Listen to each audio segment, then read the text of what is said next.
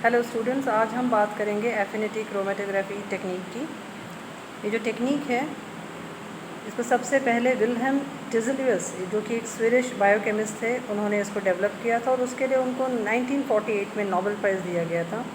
इस टेक्निक से हम एंजाइम्स और दूसरे प्रोटीन्स का अध्ययन करते हैं। इसमें जो मूल सिद्धांत होता है कि जो एफिनिटी होती है, अलग अलग जो बायोकेमिकल जो कंपाउंड्स होते हैं उनकी जो स्पेसिफिक प्रॉपर्टीज़ होती हैं, उस चीज़ को ये ध्यान में रखता है, इसलिए इसका नाम भी एफिनिटी क्रोमेटोग्राफी है। परिभाषा के रूप में अगर हम देखें तो it is a mixture of separating biochemical substances of highly specific interaction between antigen, antibody, enzyme, substrate, receptor, ligand, protein और न्यूक्लिक एसिड। कहने का मतलब कि आपके अलग अलग बायोकेमिकल मिक्सचर्स होंगे जिनकी कैसी स्पेसिफिसिटी है, कैसा इंटरेक्शन है।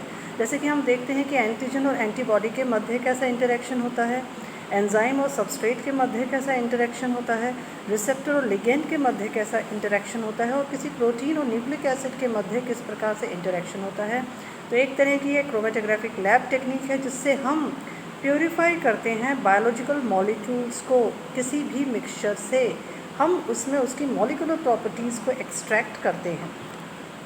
तो इसमें 3 चीज़ों का महत्व होता है, और ये जो 3 चीज़ें हैं वो उसके स्पेसिफिसिटी या कोर को डिफ़ाइन करती हैं। उसके 3 एस्पेक्ट्स हैं। एक तो होता है मैट्रिक्स, जिसमें कि लिगेंड का अटैचमेंट होगा, और एक होगा स्पेसर आर्म जो कि लिगेंड को मैट्रिक्स से जोड़ेगा, और एक होगा लिगेंड, एक ऐसा मॉलिक्यूल जो रिवर्सिबली बाइंड करेगा स्पेसिफिक टारगेट मॉलिक्यूल्स को। तो 3 चीज़ों की हमें आवश्यकता होती है एफिनिटी के लिए, मैट्रिक्स, स्पेसर आर्म और लिगेंड की। अगर हम विधि की बात करें तो जो हमारा सैंपल है, जो हमने मिक्सचर लिया है, उसको हम इंजेक्ट करेंगे इक्विलिब्रेटेड एफिनिटी क्रोमेटोग्राफिक कॉलम में। जो सब्सटेंस जिनकी की एफिनिटी है लिगेंड के साथ में, वो रिटेन हो जाएंगे उस कॉलम में, और जिनकी कोई एफिनिटी नहीं है वो इल्यूट ऑफ हो जाएंगे। जो सब्सटेंसेस रिटेन होंगे कॉलम में और उनका जो इल्यूटेड ऑफ हो गए, मतलब उनका हमने पीएच या सॉल्ट या ऑर्गेनिक सॉल्वेंट कॉन्सेंट्रेशन चेंज होगी, तो वो रिटेन हो गए हैं कॉलम में। अब ये जो मैट्रिक्स है, क्योंकि इसके 3 कोर एफिनिटी के पैरामीटर्स हैं, उसमें मैट्रिक्स एक है। तो मैट्रिक्स क्या काम करता है, एक प्रकार का एक स्ट्रक्चर प्रोवाइड करेगा जिससे कि सरफेस एरिया, जिससे कि आपके जो बायोमोलिक्यूल्स हैं वो बाइंड कर पाएंगे। ये जो मैट्रिक्स है इसका एक्टिवेशन होना चाहिए किसके साथ में, लिगेंड के साथ में, ताकि वो उसके साथ में जुड़ सके। तो it has to retain its own activation. Then matrix जो है वो एमिनो, हाइड्रोक्सिल, कार्बोनिल या थायल ग्रुप्स जो मैट्रिक्स में होते हैं उसमें ये सहायता करते हैं कि लिगेंड बाइंडिंग साइट्स बनी रहें। मैट्रिक्स जो हम ज़्यादातर इस्तेमाल करते हैं वो एग्रोज या दूसरे पॉलीसैकेराइड्स के होते हैं।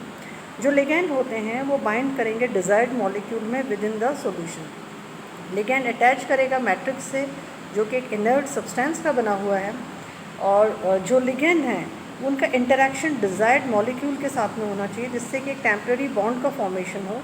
लिगेंड या मॉलिक्यूल का जो संकुल बन गया वो रिमेन करेगा कॉलम में, और बाकी जो हमें आवश्यकता नहीं है उनका इल्यूटिंग ऑफ हो जाएगा। तो जो लिगेंड या मॉलिक्यूल का जो कॉम्प्लेक्स है वो डिसोसिएट करेगा बाय चेंजिंग द पीएच। अब हम बात करें कि जो what is the principle behind this important chromatography technique which is also known as affinity chromatographic technique, कि हम इसमें इंजेक्ट करते हैं सैंपल को। सैंपल को जब हम इंजेक्ट करते हैं in an initially equilibrated affinity column, तो जो सब्सटेंसेस जिनकी की एफिनिटी होगी लिगेंड की वो तो उस कॉलम में रहेंगे, जिनकी एफिनिटी नहीं है वो इल्यूट ऑफ हो जाएंगे कॉलम से।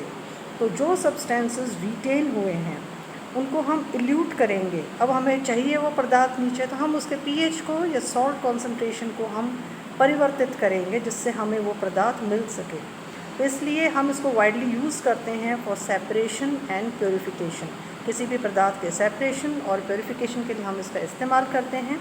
अब जो हमने सिद्धांत पढ़ा, तो अगर हम उसको एक पिक्चराइजेशन में देखें तो मैट्रिक्स जो है आपका वो लिगेंड के साथ में जब जुड़ेगा, और यहाँ पे जो जेल हम इस्तेमाल कर रहे हैं वो सेफरोज है, तो ये इमोबिलाइज और लिगेंड का एक कॉम्प्लेक्स बन जाएगा।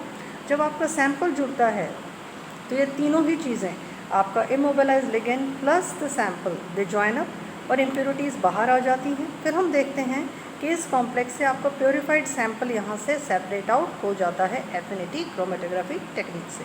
तो जो इसके प्रोसेस हैं उसके कुछ स्टेप्स हैं। पहला जो स्टेप है कि इसमें अटैचमेंट होगा लिगेंड का कॉलम मैट्रिक्स में। ये जो बाइंडिंग होगी सिलेक्टेड लिगेंड की मैट्रिक्स में, इसमें एक कोवलेंट बॉन्ड का फॉर्मेशन होगा, और ये जो कोवलेंट बॉन्ड का फॉर्मेशन होगा इसमें डेरिवेटाइजेशन होगा शुगर रेसिड्यूज़ का हाइड्रोक्सिल ग्रुप से। हमें ये ध्यान में रखना है कि जो सबस्ट्रेट है it may not be able to reach the ligand, तो एक्टिव साइट हो सकता है कि कई बार उसके अंदर की ओर प्रेजेंट हो। ज़्यादातर जो लिगेंड्स होते हैं उनका जो फर्स्ट जो स्पेसर जो आर्म्स होता है वो अटैच रहता है, बॉन्डेड रहता है मैट्रिक्स से। अब ये जो लिगेंड और जो मैट्रिक्स का जो जेल है वो लोड हो जाएगा इल्यूशन कॉलम में। तो ये फर्स्ट स्टेप है attachment of ligand to the column matrix. Second जो स्टेप है इसमें हम लोड करते हैं प्रोटीन मिक्सचर को कॉलम में। जब हमारा जो कॉलम है जैसे हमने उसको प्रिपेयर कर लिया तो मिक्सचर जो है जिसमें आइसोलेट को जो हम प्योर करेंगे इल्यूशन कॉलम में, तो ग्रेविटी के माध्यम से सॉल्यूशन पास करेंगे जेल में।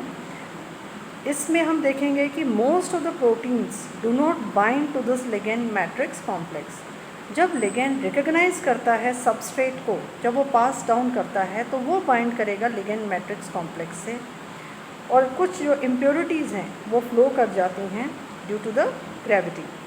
थर्ड जो स्टेप है उसमें प्रोटीन बाइंड करेंगे लिगेंड्स में। अब जो हमें अनबाउंड जो इम्प्योरिटीज़ हैं उनको रिमूव करना है तो हमें एक वॉश ऑफ करना पड़ेगा एक पीएच सॉल्ट कॉन्सेंट्रेशन में पर्टिकुलर टेम्परेचर में। और जैसे ही आपने इम्प्योरिटीज़ को वॉश ऑफ कर दिया तो रिमेनिंग जो पार्ट है प्रोटीन मिक्सचर का वो आपका एक डिज़ायर्ड आइसोलेट के रूप में है जिसकी की बाइंडिंग लिगेंड के साथ में है। फोर्थ स्टेप में हम वॉश करते हैं कॉलम को, रिमूव करते हैं अनवांटेड मटेरियल को। तो जो हमारा जो कलेक्ट करा है हमने आइसोलेट वो कि स्टिल जो जुड़ा हुआ है लिगेंड मैट्रिक्स से, हमें एक स्ट्रॉन्गर सेकेंड वॉश चाहिए कि हमें वो वापस बाहर की ओर हमें मिल जाए। पाँचवें स्टेप में हम फिर वॉश ऑफ करते हैं proteins that are bind loosely. ये हम सेकेंड जो वॉश करते हैं रिवर्सिबल बाइंडिंग प्रॉपर्टीज़ को ध्यान में रख के करते हैं जो अलाउ करते हैं बाउंड प्रोटीन्स को डिसोसिएट करने के लिए from the ligand in the presence of the stronger wash. Sixth जो स्टेप है इसमें इल्यूट करते हैं हम protein that bind lightly to the ligand and collect purified protein of interest. तो हम इस विधि से हम अंतिम रूप में हमें जो डिज़ायर जो हमें चाहिए मटेरियल वो हमें प्राप्त हो जाता है। हम उसको फ्री रन देते हैं जेल में और उसको हम कलेक्ट कर लेते हैं। तो इसमें हम देखते हैं कि जैसे एंटीजन और एंटीबॉडी के मध्य एक इंटरेक्शन होता है, तो इसको हम कह सकते हैं कि एक प्रकार का इम्यूनो एफिनिटी क्रोमेटोग्राफी टेक्निक है, एंटीबॉडी एफिनिटी है। इससे हम प्योरीफाई करते हैं specific antibody against specific antigens. जैसे कि फॉर एग्जांपल इम्यूनोग्लोबुलिन्स, आपको पता है कि इम्यूनोग्लोबुलिन्स अलग अलग क्लासिफिकेशन के रूप में हम उसको अलग अलग रूप से क्लासिफाई करते हैं, और इनका जो प्योरीफिकेशन होता है मेनली जो IgG जो है आपका इम्यूनोग्लोबुलिन फ्रेगमेंट्स, उसके जो सब क्लासेस हैं उनको हमने देखा कि उनकी जो एफिनिटी होती है वो प्रोटीन A और G के साथ में ज़्यादा होती है। उसका जो FC जो रीजन होता है पॉलीक्लोनल या मोनोक्लोनल प्रकार की जो एंटीबॉडीज़ होती हैं उनके साथ में इनकी एफिनिटी को ज़्यादा देखा गया। उसी तरह से प्रोटीन A और प्रोटीन A और प्रोटीन G ज़्यादातर बैक्टीरियल सेल सरफेस प्रोटीन्स होती हैं, और ज़्यादातर स्टेफेलोकोकस और स्ट्रेप्टोकोकस बैक्टीरिया में पाई जाती हैं। रिकॉम्बिनेंट प्रोटीन A अवेलेबल होती है, इसको हम इंजीनियर कर सकते हैं, उसमें एक C टर्मिनल आर्म को भी डाल सकते हैं जिससे कि एक प्रकार की इन्हांस्ड एंटीजन बाइंडिंग कैपेसिटी हमें मिल जाती है। तो इस तरह से हम देख सकते हैं कि इसका जो एप्लीकेशन एरिया है एफिनिटी क्रोमेटोग्राफी का बहुत वाइड है। हम इसको प्योरीफाई और कॉन्सेंट्रेट करते हैं सब्सटेंसेस को from a mixture into A buffering solution. हम रिड्यूस करते हैं amount of substance in a mixture. हम प्योरीफाई या कॉन्सेंट्रेट करते हैं किसी भी एंजाइम सोल्यूशन को। इसके एप्लीकेशन एरियाज ज़्यादातर हम जेनेटिक इंजीनियरिंग में हम इस्तेमाल करते हैं कि हमें जो DNA प्रकार का न्यूक्लिक एसिड है या RNA प्रकार का जो न्यूक्लिक एसिड है कैसा है, उसे अगर हम प्योरीफाई करना है तो न्यूक्लिक एसिड प्योरीफिकेशन के लिए। अलग अलग प्रकार की जो वैक्सीन्स हैं उनके प्रोडक्शन के लिए हम इस्तेमाल करते हैं। Antibody purification from blood serum, जैसे कि आजकल हम कोरोना वायरस के लिए कर रहे हैं, ऐसा ही टेक्निक हम इसमें प्रोडक्शन ऑफ वैक्सीन्स के लिए करते हैं। We can also use for basic metabolic research protein या एंजाइम प्योरीफिकेशन जो कि सेल फ्री एक्सट्रैक्ट से है, हम उसमें इस्तेमाल कर सकते हैं। प्लस पॉइंट्स इसके बहुत सारे हैं कि ये हाई स्पेसिफिसिटी है क्योंकि लिगेंड की बाइंडिंग रहती है, हाई डिग्री ऑफ प्योरिटी रहती है। प्रोसेस जो है बहुत ईजिली आप उसको रीप्रिंट के रूप में आप प्राप्त कर सकते हो।